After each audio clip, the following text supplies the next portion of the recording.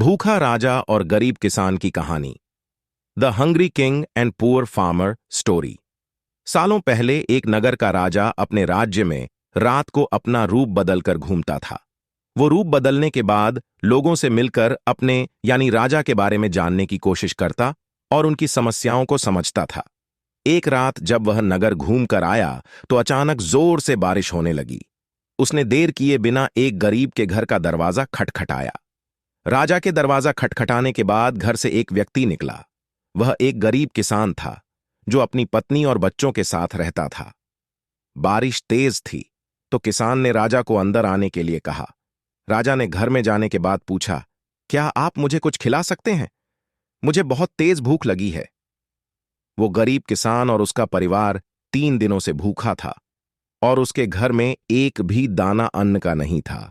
किसान के मन में हुआ कि भले ही हम भूखे हैं लेकिन अपने अतिथि को यूं भूखा नहीं रख सकते। अब किसान ये सोच सोचकर बेचैन हो गया कि अपने अतिथि का पेट कैसे भरा जाए। तभी उसने घर के सामने वाली दुकान से चावल चुराने की तरकीब सोची।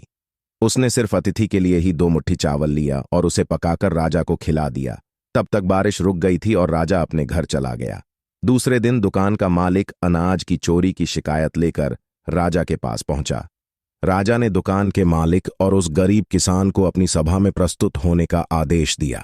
सबसे पहले सभा में पहुंचे किसान ने राजा के सामने जाकर अपनी चोरी का इल्जाम कबूल कर लिया और बीती हुई रात की पूरी बात राजा को बता दी। किसान राजा से कहता है कि मैंने चोरी की, लेकिन मेरे परिवार ने उस अनाज का एक निवाला भी नहीं खाया।